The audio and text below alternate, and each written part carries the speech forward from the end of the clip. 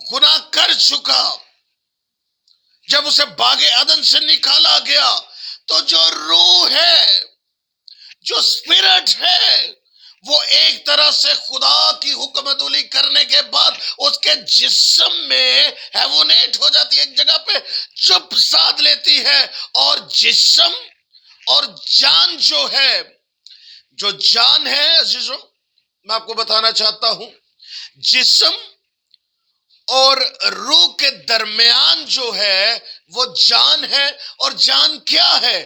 جو ہمارے احساسات ہیں، ہمارے خیالات ہیں، جس سے ہم سوچتے ہیں۔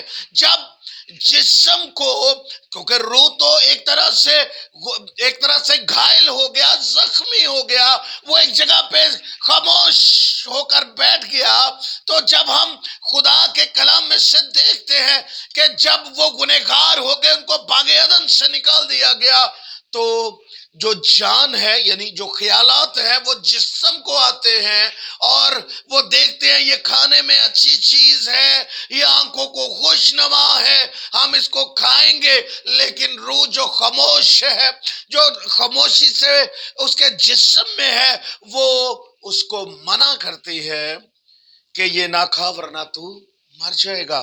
لیکن جان اور بدن جو ہے وہ ایک ہو چکے ہیں، اور جب انہوں نے اس کو کھایا تو باغ عدن سے ان کو نکال دیا گیا۔ ایک طرح سے ان دونوں کا اکٹھ ہو گیا، جان اور بدن کا، اور روح جو ہے وہ ایک جگہ پہ چپ کر کے خاموشی سے بیٹھ جاتی ہے۔ جب ہم پول کی اس بات کو دیکھتے ہیں کہ مسیح کو بھی ہم نے جسم کے اعتبار سے جانا، اب سے نہیں، چنانچہ مسیح جب بدن میں ہے، خدا جسم میں ظاہر ہوا ہے، جب اس نے، عزیزوں، مسیح یسوع جب دنیا میں بشریت میں تھا، بشری زندگی کو بسر کر رہا تھا، تو وہ بیماروں پر ہاتھ رکھتا تو وہ شفا پاتی، وہ مردوں کو آواز دیتا تو وہ زندہ ہو جاتے، اور جب وہ یہ سارا کام کر رہا تھا تو وہ جو روح ہے، جو ایک طرح سے خاموش جسم میں ہے، وہ ایکٹیو ہو جاتی ہے۔ یہ سارا ماجرا تو میں نے عدن میں دیکھا تھا۔ یسوع جب کو ایک کلوری پر ہے، جب اس کو اس کے کانٹوں کا تاج اس کو پہنایا گیا، جب اس کے ہاتھوں میں میخ لگائے گئے، اس نے کہا اے باپ ان کو معاف فرما، یعنی بحالی کا کام مسیح کر رہا ہے۔ وہ خدا جو قادر مطلق ہے، جو لامحدود ہے، وہ ایک جسم میں وہ محدود ہوتا ہے۔ کبھی وہ ہمیں چرنی میں نظر آتا ہے، بعد ازاں وہ ہمیں کوہ کلوری پر نظر آتا ہے، اور جب اس نے موت پر فتح پائی اور ابلیس کے سارے منصوبوں کو اس نے خاک میں ملا دیا، جب اس نے ابلیس پر فتح پائی، اے موت تیرا ڈنگ کہاں رہا؟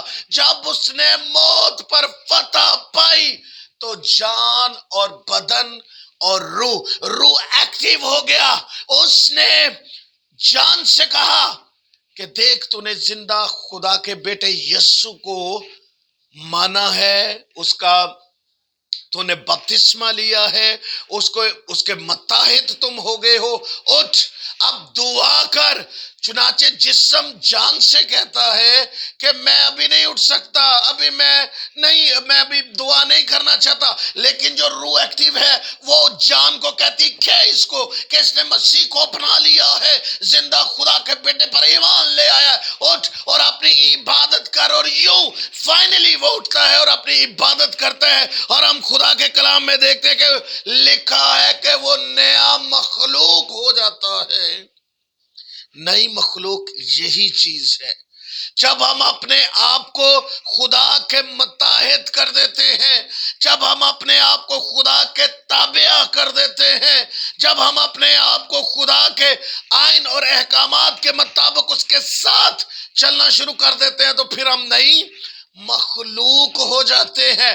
پول کہتا اب ہم مسیح کو ہم نے پہلے تو اسے جسم کے اعتبار سے جانا، اب ہم اس کو جسم کے اعتبار سے، کیونکہ وہ مسیح کی اس قدرت کا بیان کرنا چاہتا ہے کہ جب خدائے قادر مطلق نے کواری مریم سے مسیح یسو کو پیدا کیا، خدا کی قدرت وہاں پہ ظاہر ہوئی اور قادر مطلق نے سایہ کیا، اور مسیح جو مولود مسیح کہلایا، اس قدرت کی بات کرنا چاہتا ہے کہ ہم نے جسم کے اعتبار سے تو اس کو جان لیا، اب ہم اس کی قدرت کے، اس کی الوہیت کے اعتبار سے بھی اس کو جانیں گے۔ عزیزو، آج وقت ہے اس نئے سال کے موقع پر ہمیں اپنی پرانی انسانیت کو خیر آباد کہہ دینا چاہیے، ہمیں زندہ خدا کو اپنا لینا چاہیے تاکہ ہم نئی مخلوق ہو جائیں۔ اگر ہمارے چال چلن ویسے ہی ہیں تو پھر ہم نئی مخلوق نہیں ہیں، اور اگر مسیح نے کہا معاف کیا کرو تاکہ تمہیں بھی معاف کیا جائے، جب ہم پرانی چیزوں کو چھوڑ دیتے ہیں، جب ہم نئی مخلوق ہو جاتے ہیں، تو پھر ہمیں اپنے آپ کو خدا کے تابع کرنا چاہیے۔ اور اس سے اگلی آیت جو ہے وہ کچھ اس طرح سے ہے، پرانی چیزیں جاتی رہیں اور دیکھو وہ نئی ہو گئیں۔ پرانی چیزیں جاتی رہیں۔ عزیزو، جب ہم پول کے اس خط کو پڑھتے ہیں، جب ہم کرنتھس کی کلیسیا کے نام اس آیت کو جب اس نے لکھا، اس میں اس نے کہا کہ پرانی چیزوں کو خیر آباد کہہ دو۔ پرانی چیزیں کئی ایک مرتبہ ہمارے لیے سکنجا بن جاتی ہیں، کئی ایک مرتبہ ہمارے لیے یہ دشواریاں پیدا کر دیتی ہیں، اس لیے اس نے کہا پرانی چیزیں جاتی رہیں گی اور دیکھو ساری چیزیں نئی ہو گئی۔ ہم پرانے عہد نامے میں ابراہم کو دیکھتے ہیں۔ ابراہم کا جو والد ہے، جو اس کا باپ ہے تارا، وہ بت پرست ہے، بتوں کو بناتا ہے، بتوں کو جب وہ بناتا ہے تو وہ ڈیفرنٹ ٹائپ کے بت بناتا ہے، مختلف بتوں کو بناتا ہے، ان کو سیل پرچیز کرتا ہے۔ وہ ایک امیر خاندان سے تعلق رکھتا ہے، لیکن جب خداوند کا کرم اس پر ہوا، اس نے کہا تو میرے ساتھ چل، تو میرے پیچھے چل، میں تجھے اور تیری نسل کو آسمان کے تاروں اور زمین کے ذروں کے برابر بڑی تیری میں نسل کو بنا دوں گا، اور یہ جو ملک کنعان ہے یہ تیرا اور تیری اولاد کا جو ہے وہ دائمی میراث ہوگی۔ ابراہم خدا کے کہنے کے مطابق وہاں سے اپنے والدین کو، اپنے عزیز و قارب کو، رشتہ داروں کو وہ جب چھوڑتا ہے تو وہ خدا کے ساتھ چلنا شروع کرتا ہے۔ پھر وہ اپنے بھتیجے لوط کو بھی ساتھ لے لیتا ہے اور وہ کنعان کی سرزمین کی طرف چلتے ہیں۔ عزیزو، جب خداوند کسی کو چنتا ہے تو وہ یہ نہیں کہتا کہ تم آگے یہ چنو وہ چنو، بلکہ یہ ابراہم کی خواہش تھی کہ وہ اپنے بھتیجے کو ساتھ لے کر آیا تھا۔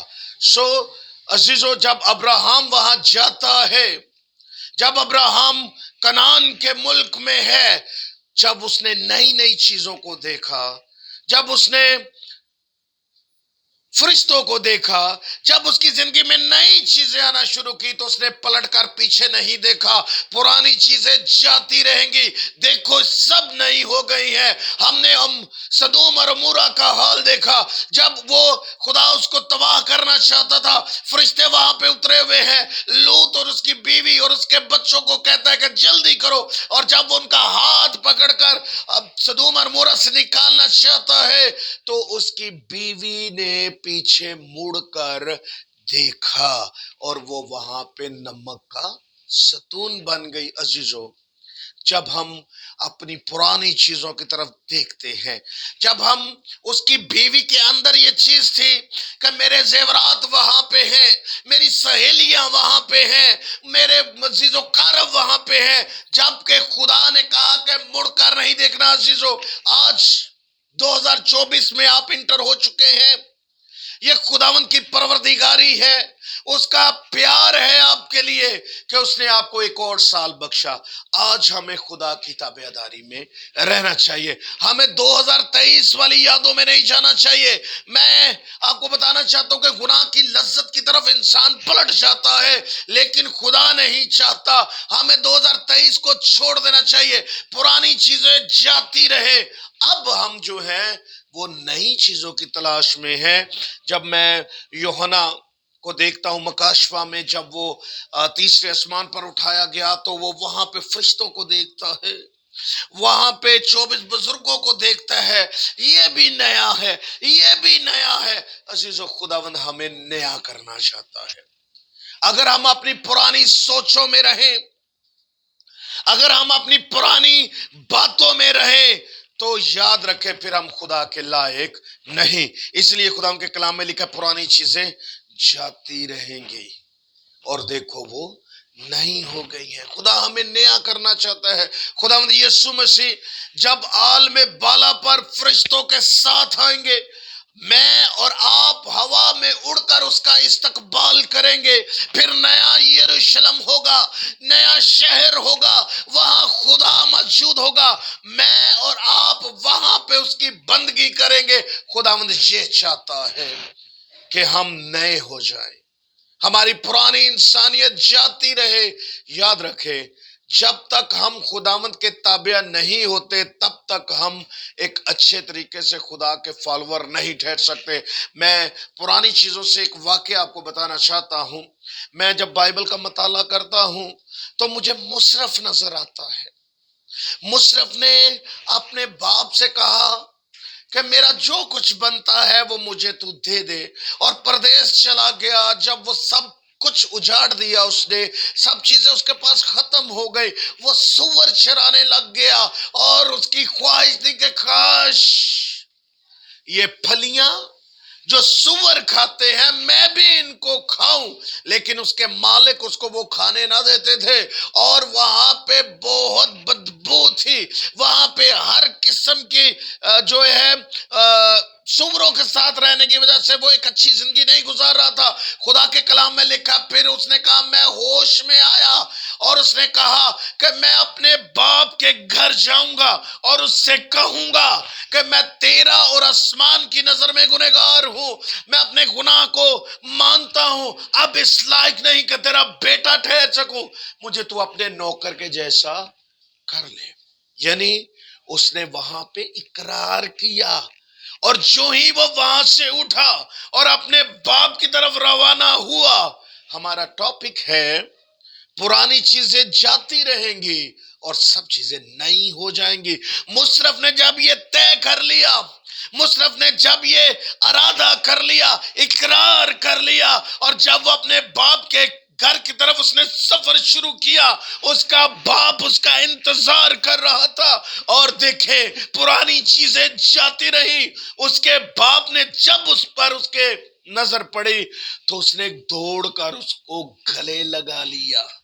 انفارچونیٹلی ہم اگر اپنے عزیز و اقارب سے ناراض ہو جائیں تو ہم اپنے طرف سے ہی ایک طرح سے کہتے ہیں کہ ٹھیک ہے جی میں نے اس کے ساتھ صلح کر لی، اور اپنی طرف سے مطمئن ہو کر ایک طرح سے بیٹھ جاتے ہیں، جبکہ خدا کے کلام میں لکھا ہے کہ اگر تو کوئی قربانی چڑھانا چاہے اور تو جب مذبے پر ہو اور تجھے یاد آئے کہ فلاں شخص میرے ساتھ ناراض ہے، تو اپنی قربانی کو یہی چھوڑ دے اور پہلے جا کر اس کے ساتھ صلح کر، تاکہ تیری نظر خدا کے حضور قبول ہو۔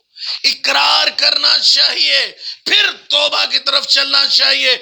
جب میں مصرف کو دیکھتا ہوں، اس نے اپنے باپ کے سامنے اقرار کیا، اور بعد ازاں اس نے توبہ کی، اور اس کے باپ نے اس کے لیے ایک ضیافت تیار کی، سونے کی انگوٹھی اس کے ہاتھ میں ڈالی گئی۔ پرانی چیزیں جاتی رہیں گی اور خدا سب چیزوں کو نیا کر دے گا۔ آج میری اور آپ کی زندگی میں بھی یہ چیز ہونی چاہیے کہ ہم نے 2023 کو خیر آباد کہہ دیا ہے، اب ہم 2024 میں چل رہے ہیں، سو پرانی چیزیں جاتی رہے۔ اگر ہمارا کسی کے ساتھ جھگڑا ہے، اگر ہم کسی کے ساتھ ناراض ہیں، اگر ہم سچے مسیحی ہیں، تو ہمیں جا کر اس کو ایکسکیوز کرنا چاہیے، اقرار کرنا چاہیے، اور پھر توبہ کر کے خداوند کے ساتھ چلنا چاہیے۔ پرانی چیزیں جاتی رہیں گی اور دیکھیں وہ سب کچھ نیا ہو جائے گا۔ خداوند آپ کو اس کلام کے وسیلہ سے برکت دے۔ God bless you.